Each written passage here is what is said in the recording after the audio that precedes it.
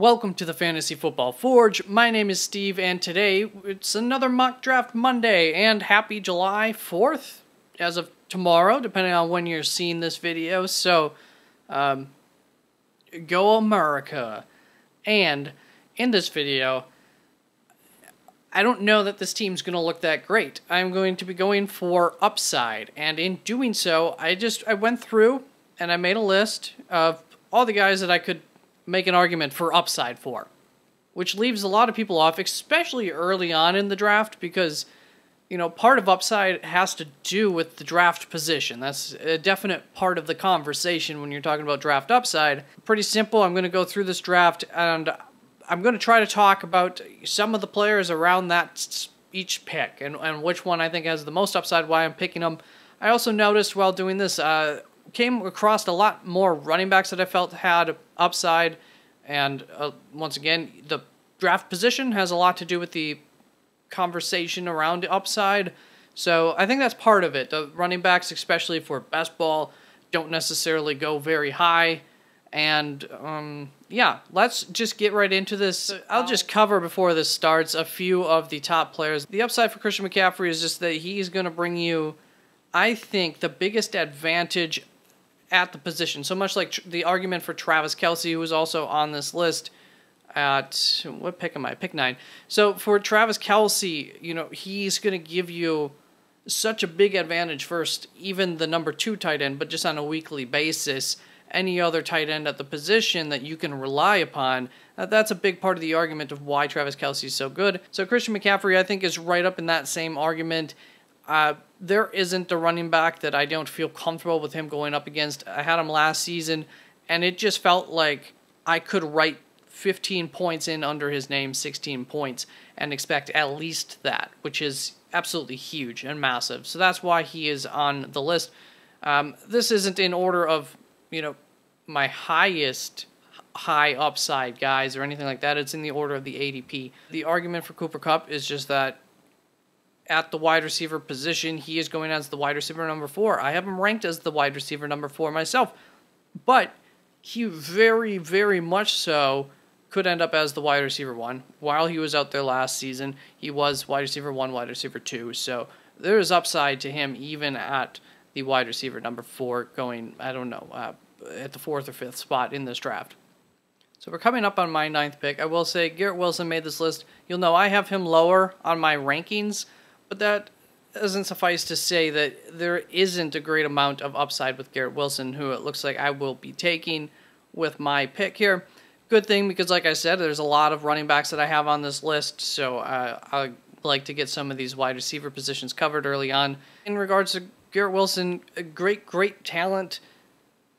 Aaron Rodgers coming in, if he's feeling refreshed, the sky is the limit for him. He could end up as a top, we'll just say 6 to be safe, wide receiver this season. That's possible.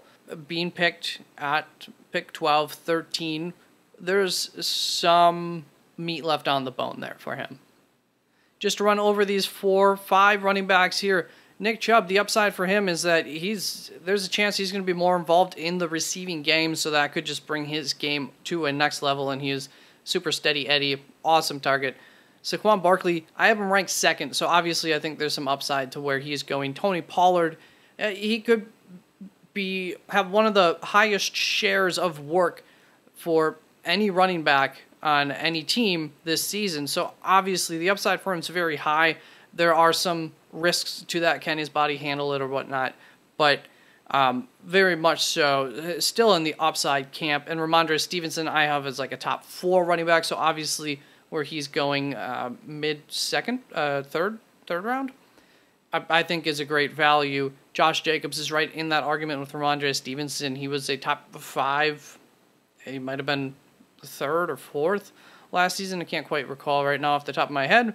Running back, and why should we really expect that to change a whole lot this coming season? So he's a great value.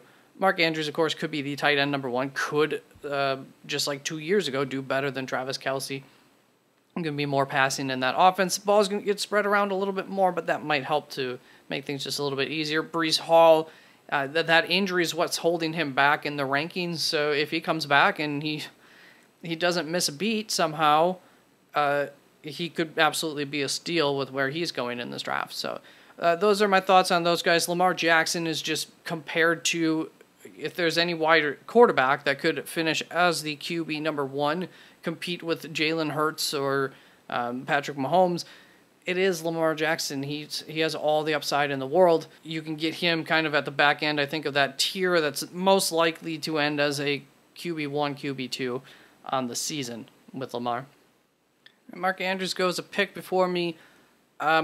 Like the upside to Lamar, but as far as quarterbacks go, there are guys who I think have close to as much upside on a weekly basis, at least, that I can get a little bit later. You know what? I think Christian Watson has a great amount of upside. I'm not so much a believer in Travis Etienne this year as far as where he's getting drafted.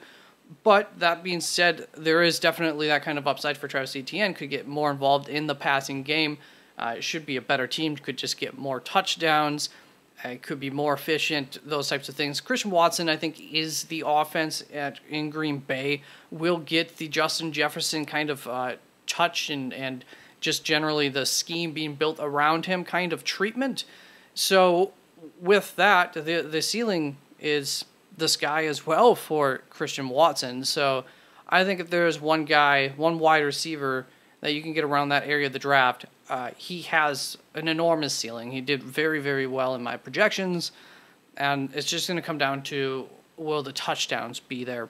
In my opinion, I think his floor is going to be very high, and if he can stay healthy, that's definitely a concern for him. Coming up to my next pick, and we might go with Jerry Jeudy, another guy who, as if that offense can get going. I will say early reports for Russell Wilson aren't great out of camp, so maybe currently I'm a little bit concerned about that. Terry McLaurin's a guy who did great in my projections, and I think there's a lot of upside there. But you know what? Let's go.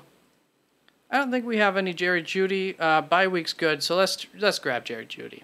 Justin Fields, guy who I think has a lot of upside. I would say it's even higher than Lamar Jackson's, just as far as the savings that you can get for drafting him a little bit later. And there's a couple of interesting guys right after Justin Fields. Joe Mixon, I guess, people are at least concerned enough about any kind of suspension or whatnot that his ADP is much lower than it would be if none of that was around. I'm sure of that.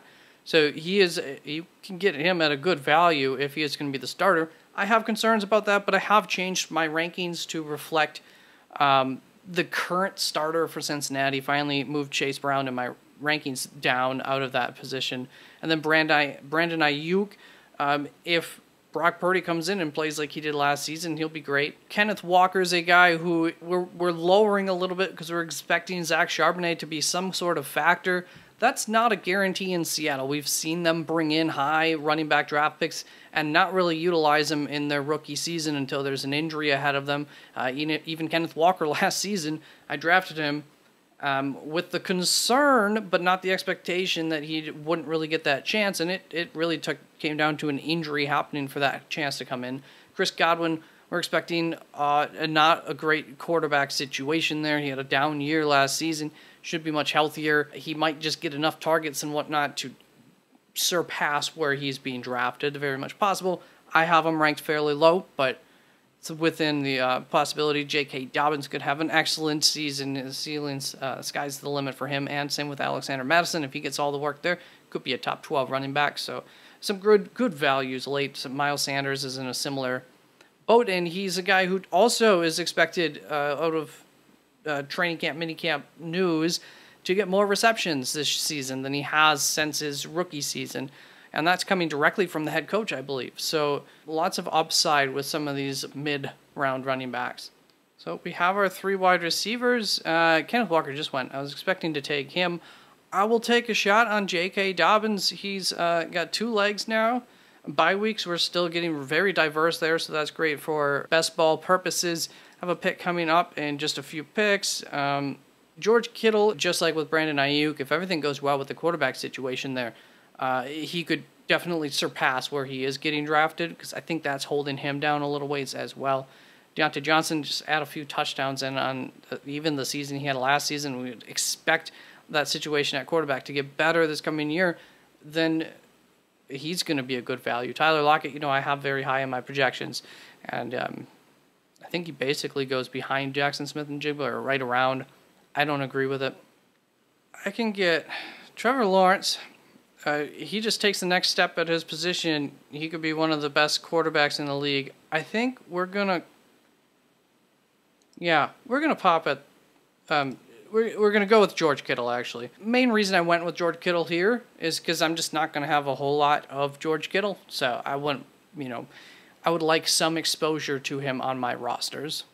So my next pick is at pick 81. Some of the guys who definitely could still be around there. Jahan Dotson. Could he surpass Terry McLaurin this year? That's possible. And value-wise, could he be very, very close to on equal terms, fantasy point-wise, to Terry McLaurin, but you get him much later in the draft?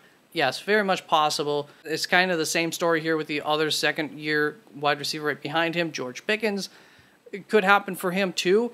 He showed a lot of, both of them showed a lot of talent last season in their rookie years. So they have upside, and I think that's baked into where they're getting drafted for the most part. So I don't think they're necessarily values, but it's right there. Gabe Davis, you saw how high he went in drafts last season. I thought that was too high because there was enough uncertainty around that situation. But I think he's also a good potential value this season. Just puts a couple of things together. I'm not targeting him necessarily, but he has all the upside in the world. Deshaun Watson, there's so many quarterbacks that could be top 5 quarterbacks, and he's another one if he were to return to his old self. And to me, it wasn't a surprise last season that he looked pretty bad. So since I was in what I was expecting, I'm also expecting him to look much better this season. And Brandon Cooks, I think we all know I have him fairly highly ranked. I think the upside's very much there. It's the wide receiver 2 in Dallas for him. Rashad White could way outproduce his draft spot. Same with James Conner. Another area of good value for a few running backs at this point in the draft. All right, so between me, we're seeing somebody needs a quarterback. Hopefully I'll get one of those running backs. We're going to go Deshaun Watson. Like I said, very much high upside there, and I need a quarterback. Elijah Moore, his upside is linked to Deshaun Watson and just the potential of Elijah Moore. I think a lot of people thought he was one of the better recruits in his fantasy class, in his draft class, and so we just haven't seen that with the Jets. Could that come out as a wide receiver 2 in Cleveland this season? It's very much possible. Michael Thomas has been a wide receiver 1 in the past, so obviously he has the potential. I like Brandon Cooks more than Elijah Moore, but if they're both available in my next pick, I will take Elijah Moore and stack him up with Deshaun Watson. As we know, stacks are always good to have, and good to attack. I will be doing a video on stacks next for my next draft video next Monday. All right, so I could have gone running back James Conner or the other guy who, Rashad White, I think, would have made it here. But I was pretty convinced I should use a stack while I got a chance. So Elijah Moore it is. And a few more players of value coming up. Anthony Richardson, Daniel Jones, Geno Smith could all be great values. Geno Smith, one of the top 12 quarterback last season. You can get him at quarterback 15. And, that's a great value. Daniel Jones, similar story, and I think that offense is going to progress just a little bit more. His first year under that new system, and, I have high hopes for him. Anthony Richardson has been, I don't know about anymore if he's going at quarterback 11, how much upside there is with that, but he's a big risk, big reward guy regardless. He technically, I think, could finish as a top 5 quarterback just based off of the groundwork that he could do. And then running backs around this portion, Alvin Kamara, I think we all know the upside there. Samaje Perine, especially early season. Well, Javonte Williams, that healing process for him, it was a pretty major injury, might take longer than others. And so even season long, Samaje might be very much relevant and start off very good. Might be a trade piece around week 4 or 5 if you want. Brian Robinson is going to be the starter in Washington. I'm expecting a lot of split volume of work and a lot more passing in that offense. I don't expect it to be some high-scoring offense for touchdowns either for Brian Robinson. But there is a chance he could get a lot of work. He could get more work than I'm expecting. And obviously, the most people are expecting could get a high percentage of the team's touchdowns when they get down into the red zone. For where you can get him, there is a lot of upside. One pick away, got our fingers crossed for Alvin Kamara. He is one of the highest upside potential guys, even if he's out for 6 weeks. He's my running back 3 at this point, so for best ball, more than happy to put him on the roster. See a group of running backs coming up with some upside. Damian Harris, we don't know for sure who's the starting running back in Buffalo. There's always a chance that he'll be the guy who starts off as the running back there, and he could also vulture or take away a lot of the touchdown, get a lot of the touchdown work near the end zone. Rashad Penny could be the starter in Philadelphia. Devon Achane could be the starter in Miami, and regardless, he's so electric, and in that system, he could just be a really high-producing running back. Khalil Herbert could be the starter for Chicago. I think all the Chicago running backs made my list here because that's such an unknown situation. And so this works out well. I'm going to take Daniel Jones as my QB2.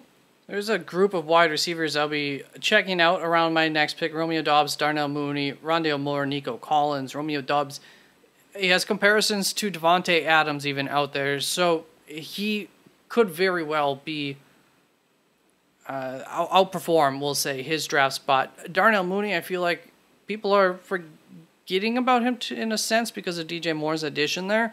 I think that could only help him.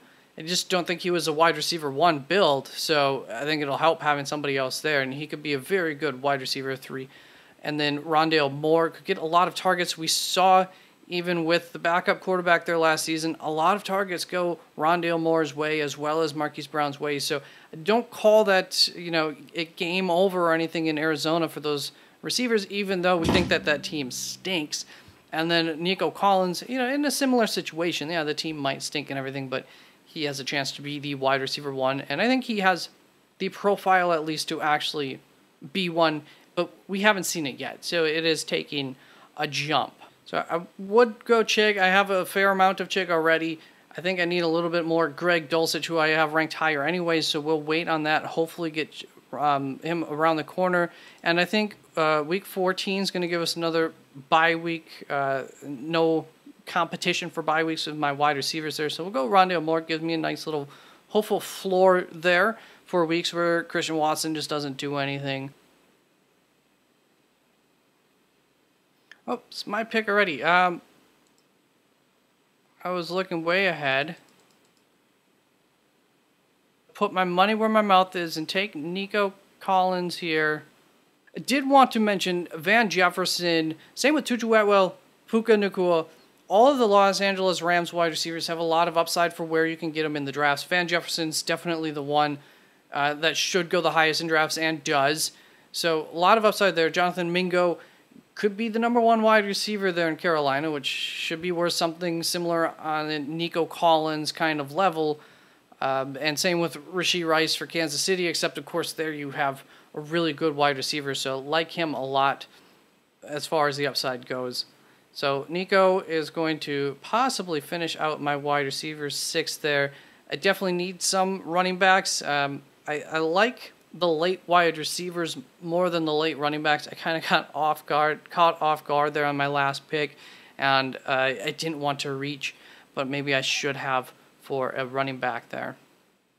So don't know if he'll make it or not, but Matthew Stafford is probably one of the best values potentially available at quarterback position. I've moved him up in my rankings a little ways.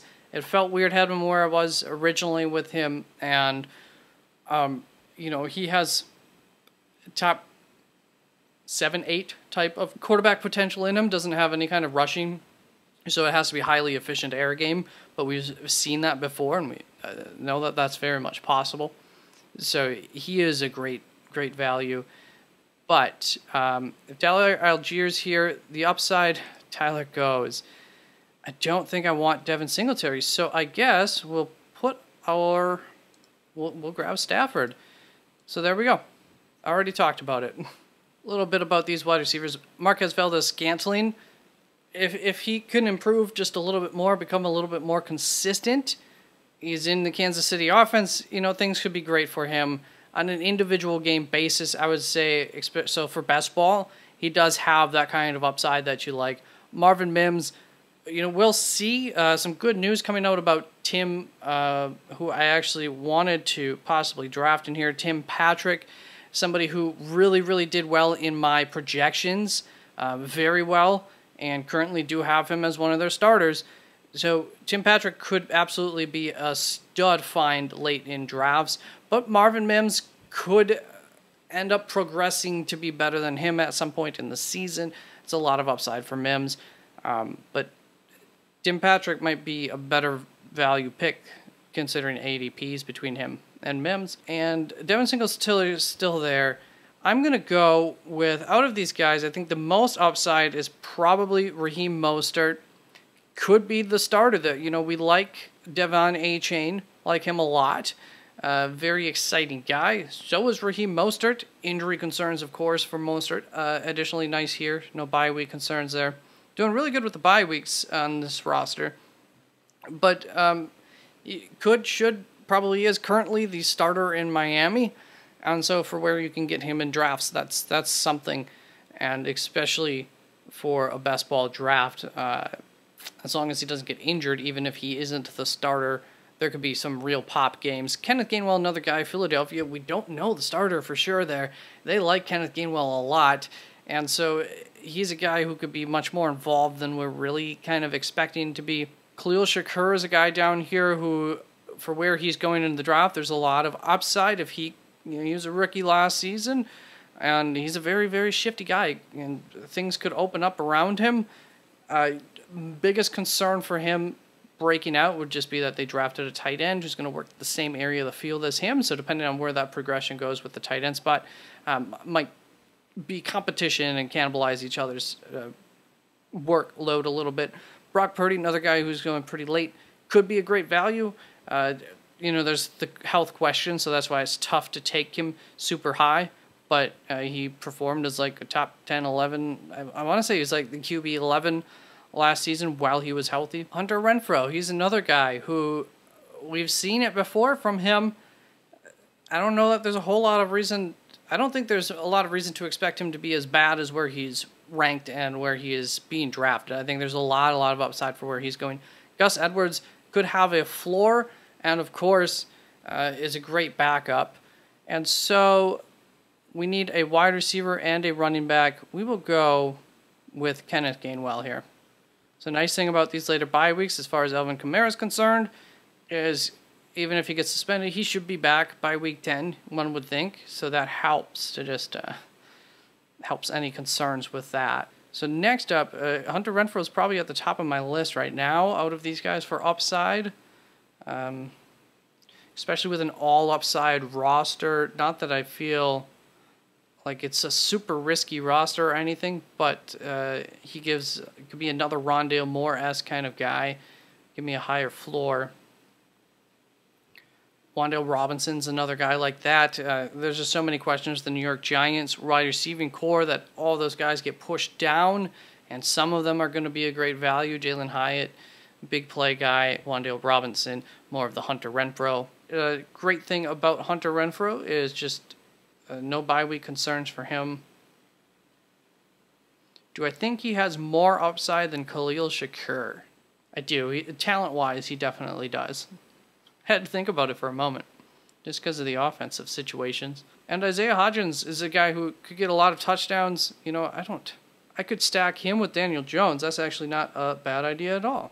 This is a riskier pick for Isaiah. He might not even be one of the starting wide receivers for them, but picked him up last season, and he was very good for them. Of course, they've added more guys since then, but there was a connection there. Used him in the red zone a fair bit, and I liked him coming out of college. So you could see a bit of a surprise later career, mid-career resurrection for him for like a couple of years or something like that. One of those guys who comes out of nowhere and then just disappears as well.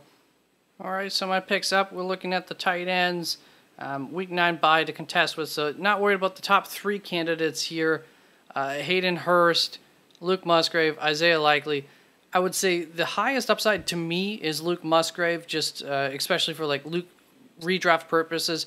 But Hayden Hurst does have the potential to be the highest targeted of these guys in Carolina with the rookie quarterback there. So I do like that upside. I'm not probably going to ever draft him again. I have a few shares of Luke Musgrave already.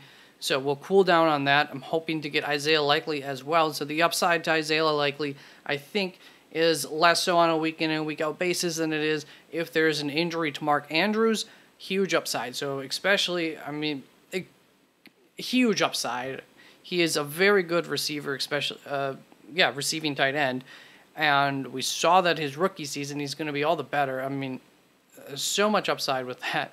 It's ridiculous. And I'll just see you when the draft's over to recap the team. So the roster ended up as Deshaun Watson, Daniel Jones, Matt Stafford in at quarterback.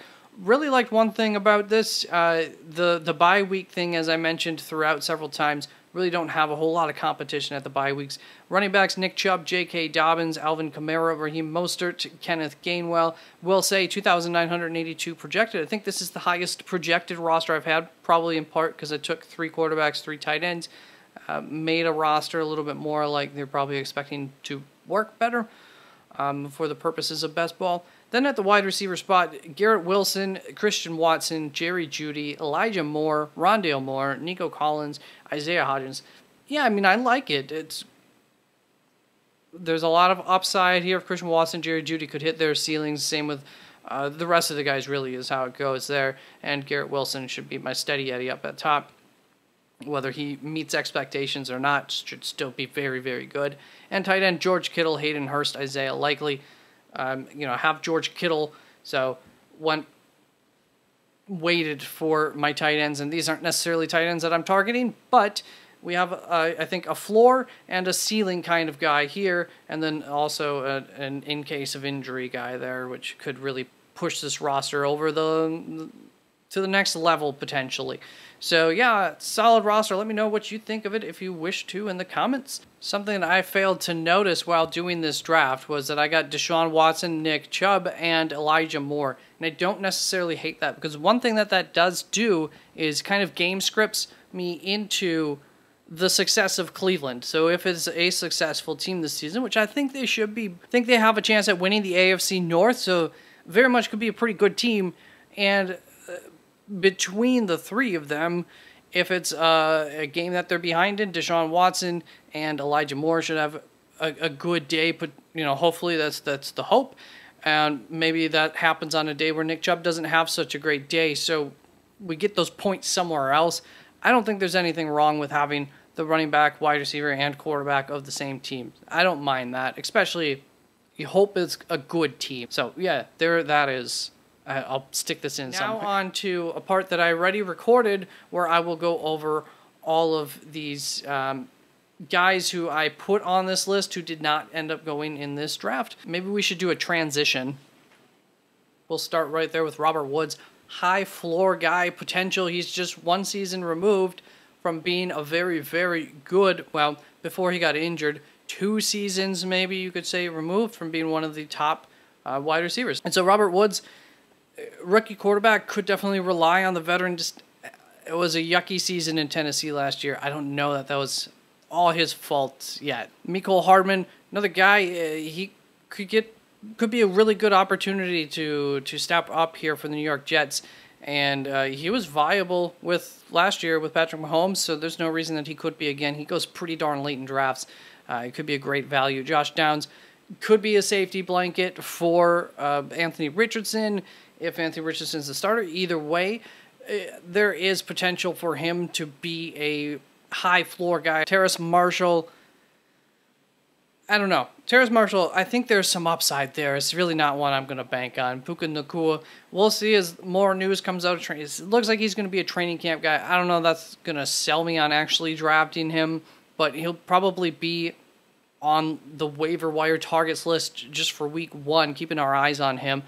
Noah Fant goes pretty late for a guy who finishes the tight end 21. Not something I'm targeting, obviously, for tight ends. Don't expect him to have a whole lot more upside there. But for where he goes, he is a good value for the purposes of best ball, I'll say, not really draft, maybe tight end, whatever that is, tight end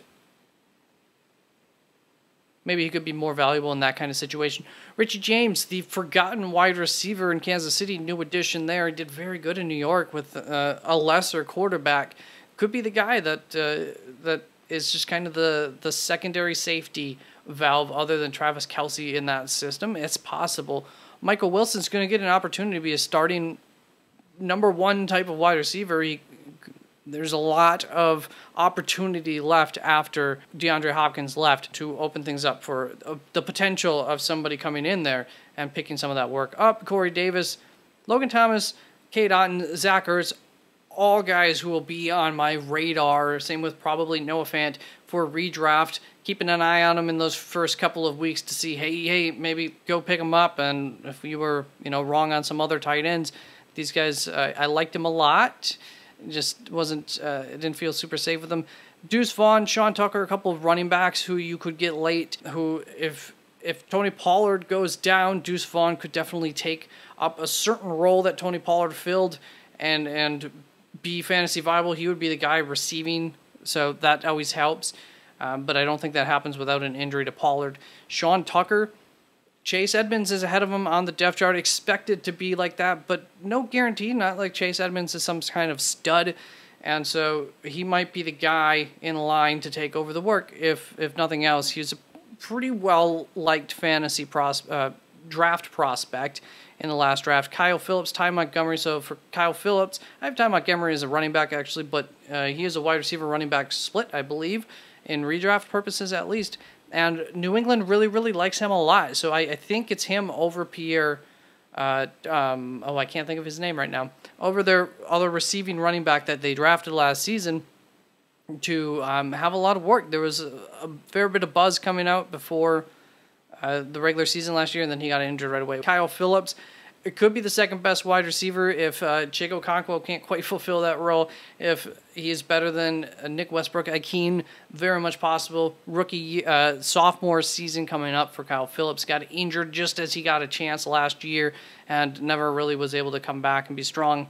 And so I think there's a high upside for Kyle Phillips, really, for where he gets drafted. Definitely going to be keeping an eye on him. Tucker Kraft could be the starting tight end for the Packers. It's no guarantee that the first tight end that they took in the draft will be the starter this season. Tucker Kraft, very highly liked for the draft season himself in his own right. Luke Musgrave, two different kinds of abilities, and that's where I think Luke Musgrave profiles better as a receiver than Tucker Kraft, but Tucker Kraft was efficient as a receiver and brings a different kind of skill set, and just it could be the better guy. Who knows? Chase Edmonds, talked a little bit. I would actually have him above whoever that other running back is there. He did pretty well in my projections, getting some amount of split work from Rachaad White. And then Kene Ngwaku, I don't know, Minnesota's running back, who a couple of years ago had a little bit of a moment with some injuries on that team. Could be the dark horse that comes out of nowhere there. Austin Hooper, there's no guarantee that he's not the starting tight end for the Raiders. It could be viable. Donald Parham, a couple seasons ago, I thought he was coming for the lead tight end job there over what's his face. All the names are just going out of my head. And there's some good buzz coming from him in training camp 2 years ago. Had that massive head injury. Very scary thing. So he might kind of be back to normal again finally. Then Gardner Minshew. We don't know the starting quarterback for Indianapolis. Could be Gardner. And so he might have some viability in, let's say, 2 quarterback leagues, at least as a late round draft for redraft purposes, and even a late round pick in this kind of draft, I suppose. That's where my list ended, and then we get to the other guys. And so thank you very much for watching. Let's get to the wrap-up of this. Maybe I'll put this wrap-up before I went through all those guys, because that's going to be something people will probably leave the video on. So, goodbye. Thank you very much for watching the video. Please like, comment, subscribe.